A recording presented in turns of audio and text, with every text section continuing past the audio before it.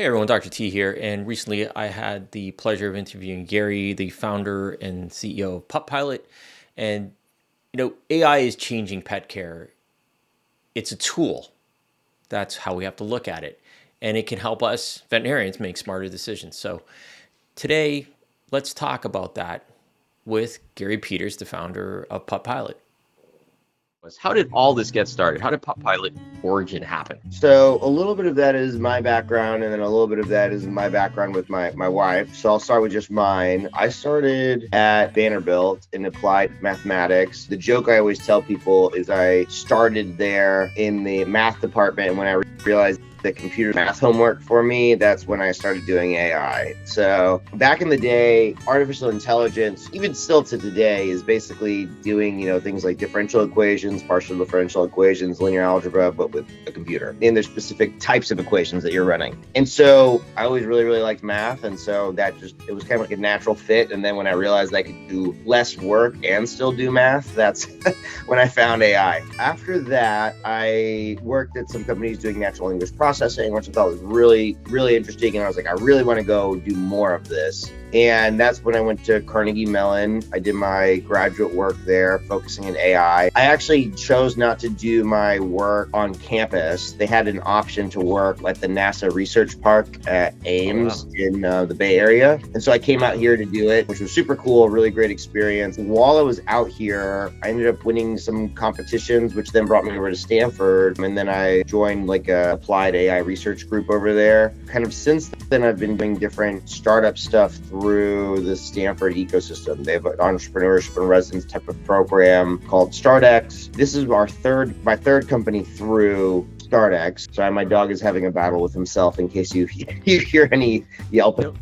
No worries. It's that part and basis of the vet show. I love it. My cat's just chilling right up here too. He's a Yorkie, so he's like a mix between like a Shih Tzu, a Yorkie, and like a poodle. But no one knows what he is. Like everyone's like, what is? Oh, you got to put him on. Let me see him. Put him on. on. I don't have any chicken chips right now.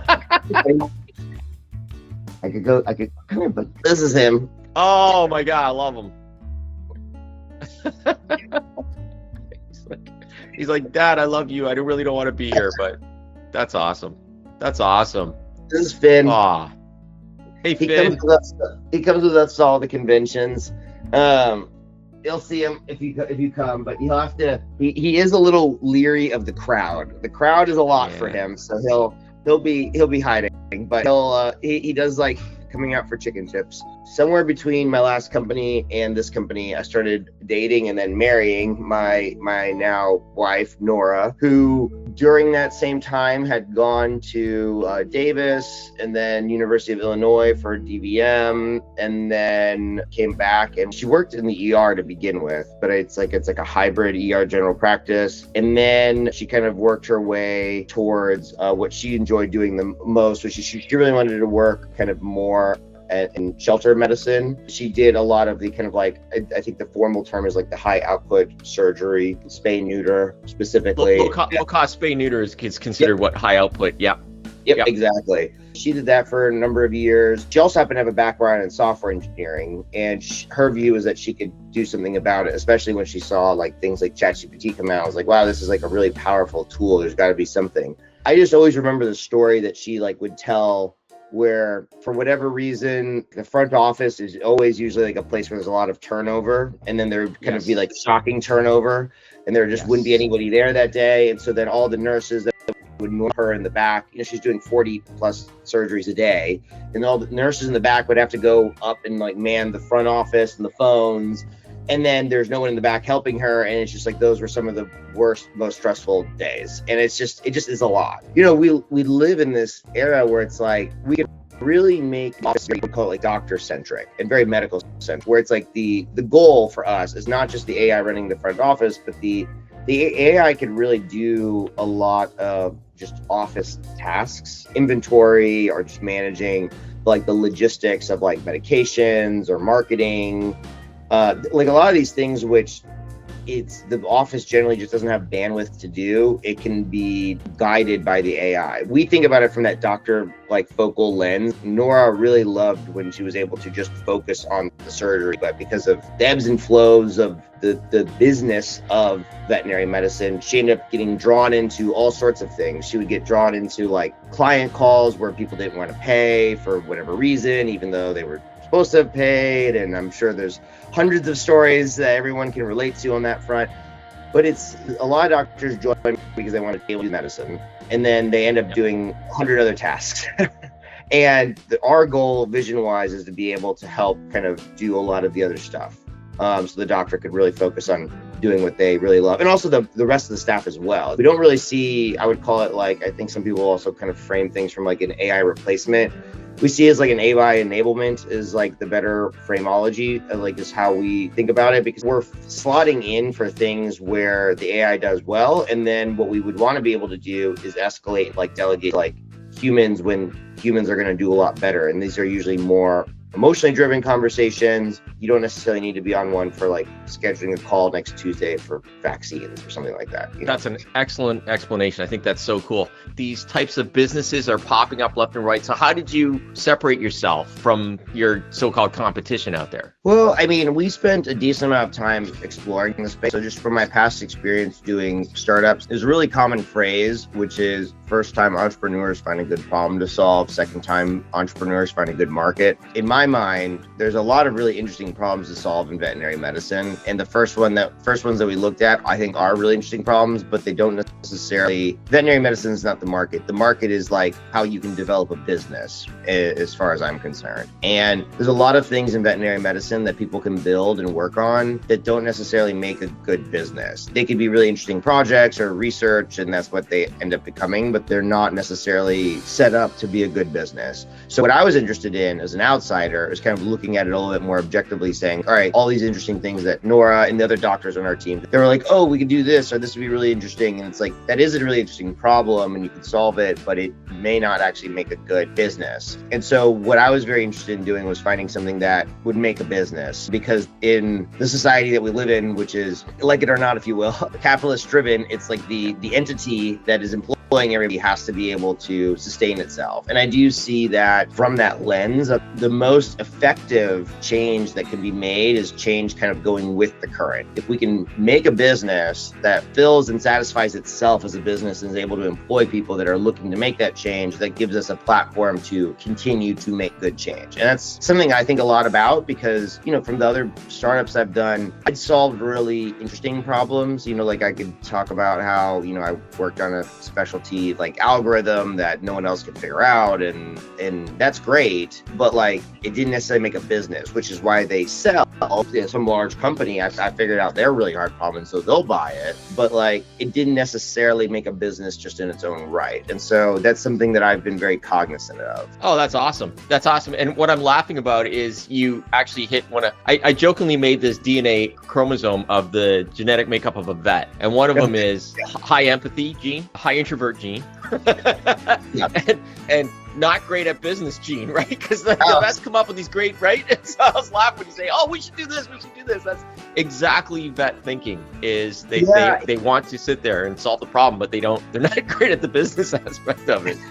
I will say there's one thing which it's wild to me about veterinary medicine, which I didn't really appreciate until I was inside of it, which is the business part of it is so complex because of how similar and different it is to, I would call it human medicine, in the juxtaposition. And the juxtaposition is just really unfair, I feel like, for the vet, which is like in human medicine, you go into the doctor, there's not really like a discussion about like how we're going to treat my diabetes. It's like, you got diabetes, we're gonna help you out, and you kind of leave and you're like, all right, I'm glad modern medicine exists and I have insulin and I'm not going to die. Whereas in veterinary medicine, it's like, I got some news and there's a cash discussion that we're going to have. It's just because the expectation that people have from human medicine, that expectation wasn't there, it'd be different, but there's this huge expectation gap. There is money that needs to be discussed, and it's potentially a very serious amount. That conversation at the doctor.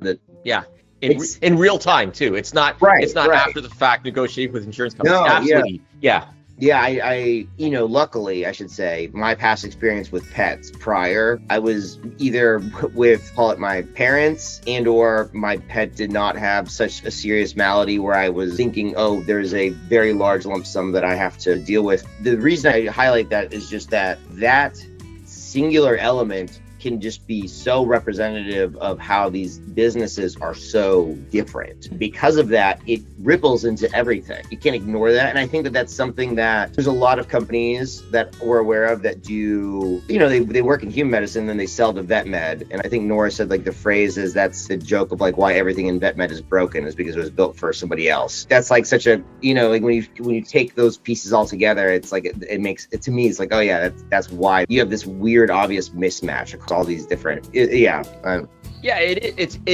universal, because even the equipment we use was originally from human med, and they modify it for vet med, and we find these issues with, like, even a pump is different because the rates and everything you have to do, IV pump, even like x-ray, things are just so different in the vet world. But you really nailed it. It is a real-time discussion, and we'll talk about this because I think you'd have a great mindset for this, where we're dealing with emotion, much less so in the human world. There's emotion, but one huge factor is out of it, and that's the finance. So we have emotion, we have the diagnostics, we have the treatment issues, we have the actual problem at hand, but hey, it's $1,000, right? And it's like, it just, you're right, it permeates everything, because if they don't have that $1,000 or they disagree with that $1,000, then it changes the entire course of the interaction and the outcome. It's very interesting because I just attended this. BI invited me to be one of 2 GPs there in a room with 25 CEOs. Vetster was there,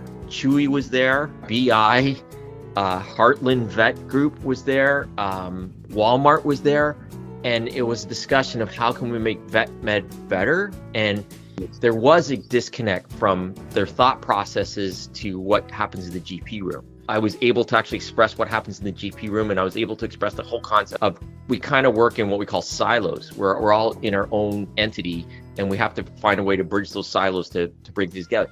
The bottom line is that the client experience, which Chewy's great at, is not what the GP gets to experience as well. And so at the end of it, thank God, everyone wants to communicate and actually work together. So I may be working with Chewy. It's like one of those things, but I look forward to it because I think that it's bridging these gaps. It's making better medicine in the end. And I think your business is going to be part of that, because, if you're taking away, I shouldn't say taking away, I should say taking the stress away of these interactions that the CSRs have to deal with, they're much more capable to actually do a better client experience to the real life person that's actually there. I think that's the wave of the future. Exactly. It's like, for us, it's like we see there's things that computers are good at, and this includes with AI, and there's things that they're not good at. Like, call it operational organization is definitely something a computer can do very well. So like, I think of like scheduling is like a classic example of this.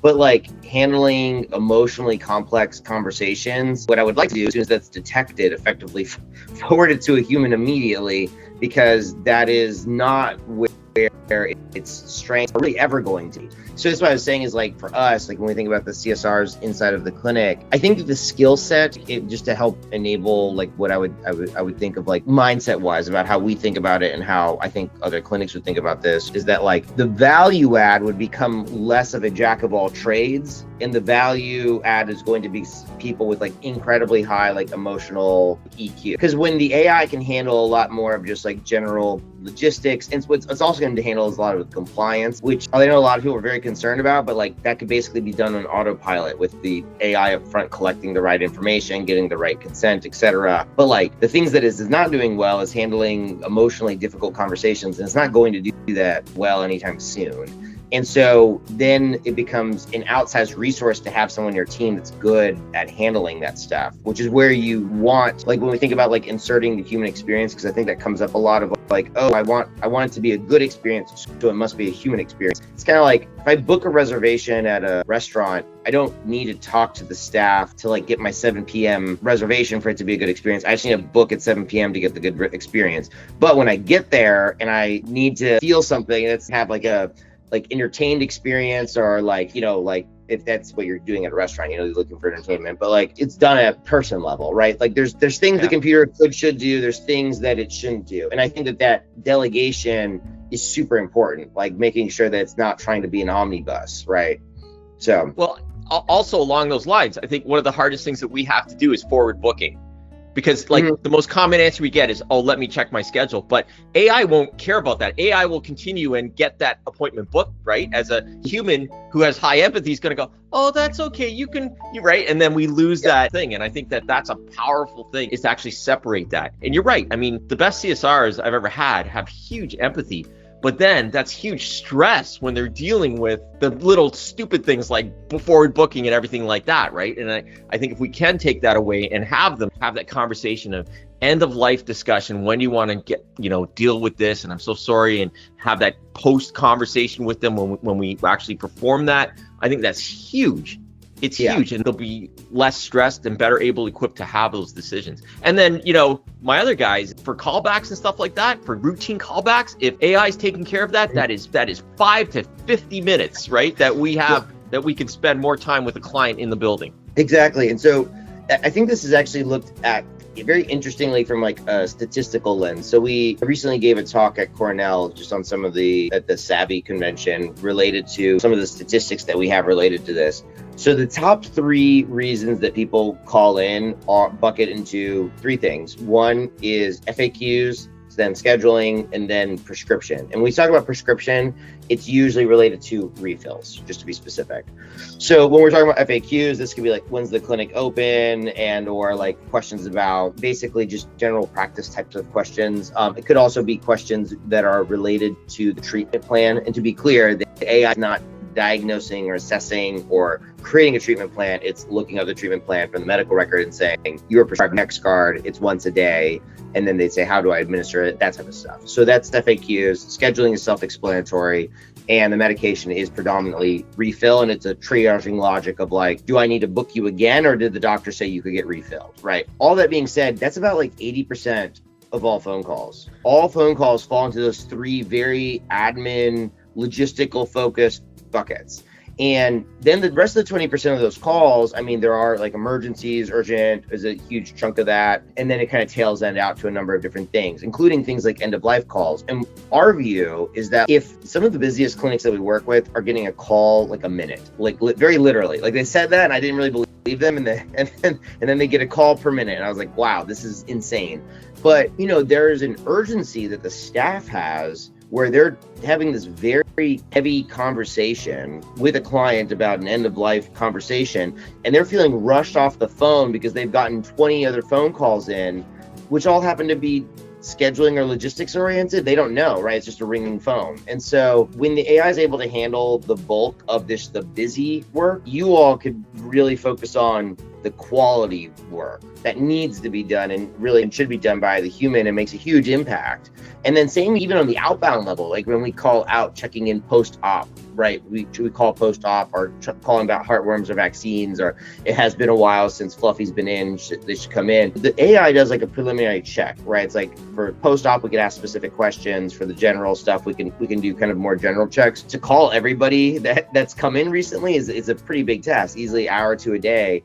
Whereas with the AI does it, there's probably going to be, let's say, maybe 1 or 2 clients a week that probably deserve a callback. Like we gather the information, we flag it for you in the system. We're like, hey, yeah, the client's bleeding at the surgical site. Maybe you want to check in on that. So, and that's all about the escalation. Whereas like for someone who's like, oh yeah, Fluffy's fine, eating normal. It's you glad you did the check-in, but there was nothing that needed to be surfaced. And I think those highlights kind of like the value add, right? Because it's like the filler takes a lot of time, but then you really can focus on the things that matter. That's great. So just a question. So how do, remember we started this conversation where I say, some of my clients like it in the 5%, but if a client is used to having a live person called, say for just routine non-wellness or whatever, and the AI then takes over, what are you finding there for the acceptance of that client? Does that client have a different perception of the practice? Do they feel it's becoming more automated? And because you get those negative comments about, oh man, I can't get to a real person or anything like that. So,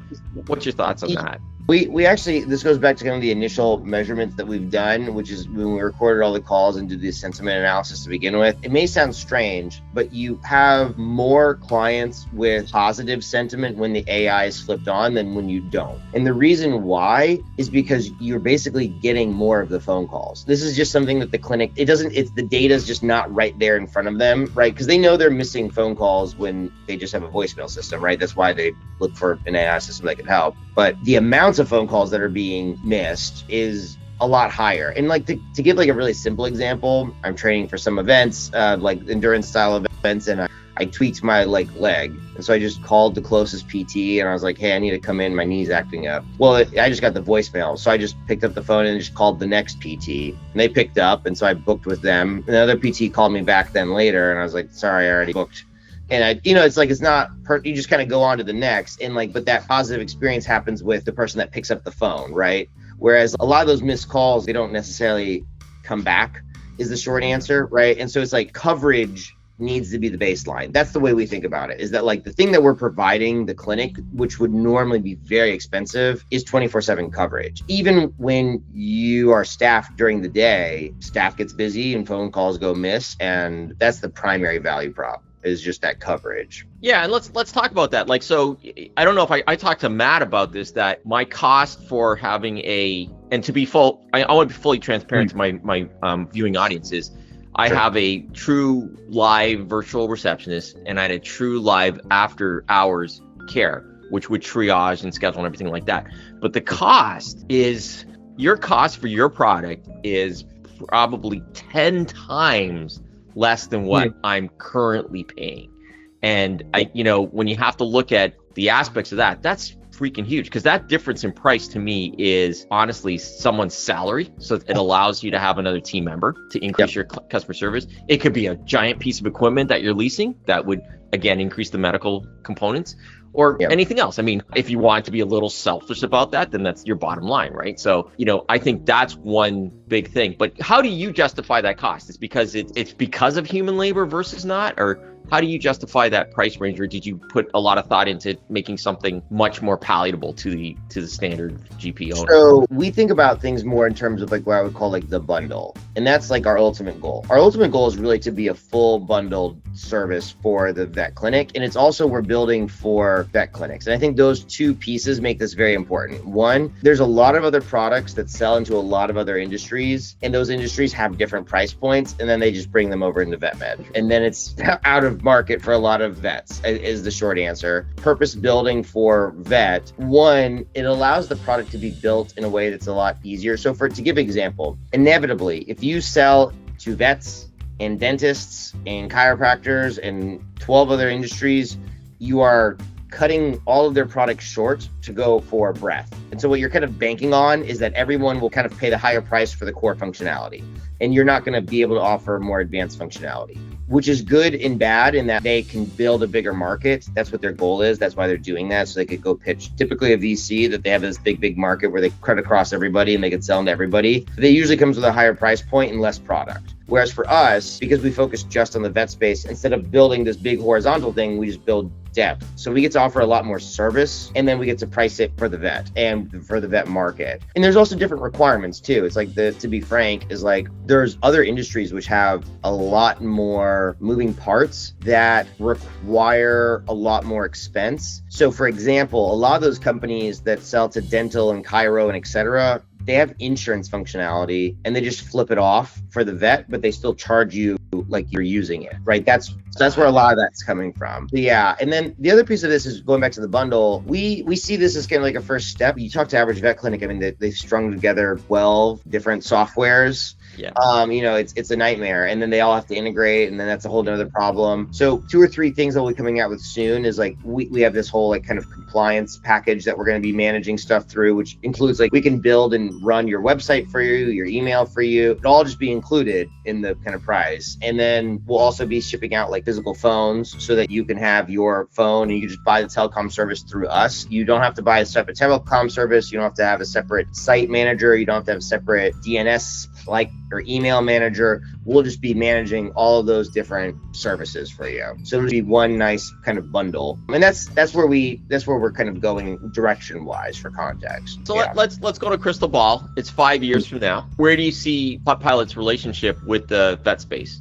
I think probably Nora is going to be the best person to answer that as someone who's kind of sets a lot of the product vision, but I'll definitely try my best here. Is that I think what I would like to believe is that we can really get to call it like one very unified kind of like platform where the clinician knows like I can go to this software and it'll really help run a lot of the non-medical aspects of the clinic. So that's very much where we're going, whether it's handling like payments or their marketing campaigns, because that's a lot of like when we start controlling the website, we're going to get into like SEO, pay-per-click. We can help manage all of that marketing and growth for you. The running, like we talk about running like the business side of like the clinic, that could all be kind of on autopilot for the clinic. It's just kind of like this one-stop shop where you come in and have all of these different pieces. This can also go to like helping with like inventory management. This can help to prescriptions, all the online store. One of the statistics that was most shocking to me was that about 10, 15 years ago, the average vet clinic made close to 30% of its revenue through prescriptions and medications. And now it makes close to like 10%.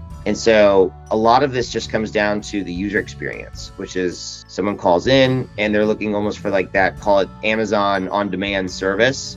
It needs to be going through the vet, and it needs to not be going through Amazon where they're not checking out from a doctor's perspective. And I'm not obviously the DVM on the team, so I won't express too deeply on all the different medical issues that can go wrong by not having a doctor review for prescription medication. But needless to say, there's obvious issues of just, I wouldn't call it falsifying prescription information, but just kind of pill milling it. So I can tell you stories, man.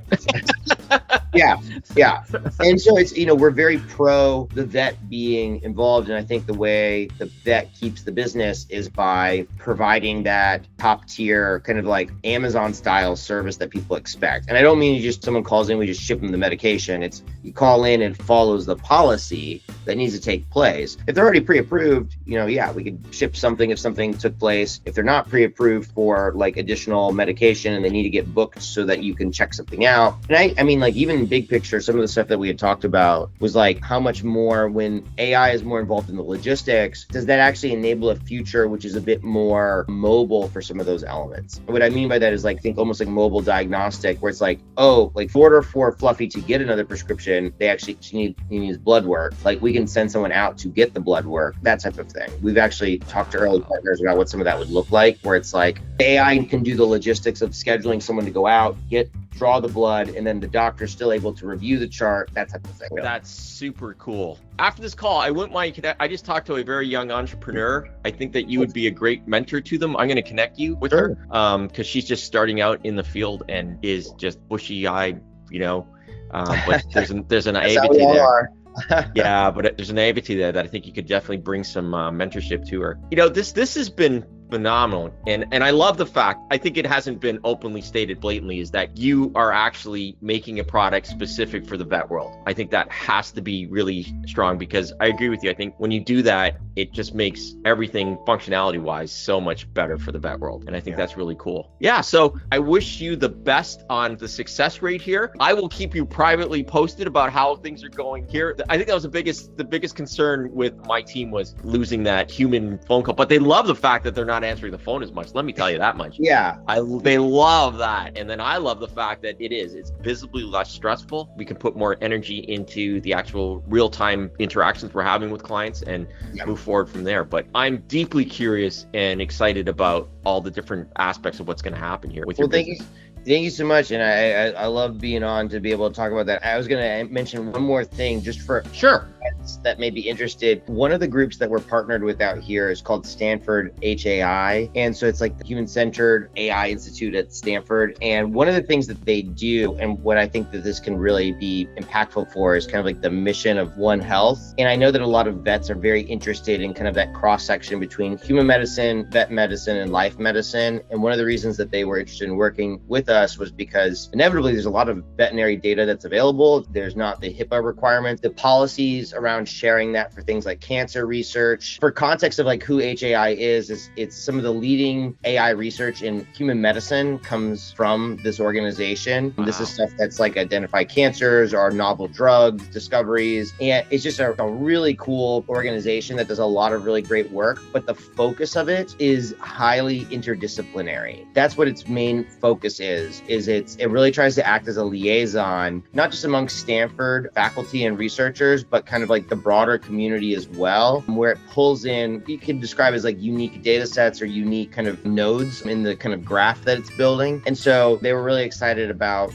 where veterinary medicine could play there, because they really had no access to it before. And that's a common theme. There's no easy way of sharing data, veterinary data, but I just think it's something that can be a huge win just in general for medicine. And so I think if there's vets that want to be involved in that, there's ways when they're working with us that they can be. I just would want to at least pulpit that if we're Gary, that's awesome. Yeah, and put me in touch, like whatever I can do as far as data and everything like that. That's wicked. That's so cool. Yeah. Gary Peters, everyone, CEO and co-founder of PupPilot, and look for this in the future. I'm glad I popped by your booth. It's the bottom line, right? We stopped and we connected. And I am glad as well. Yes.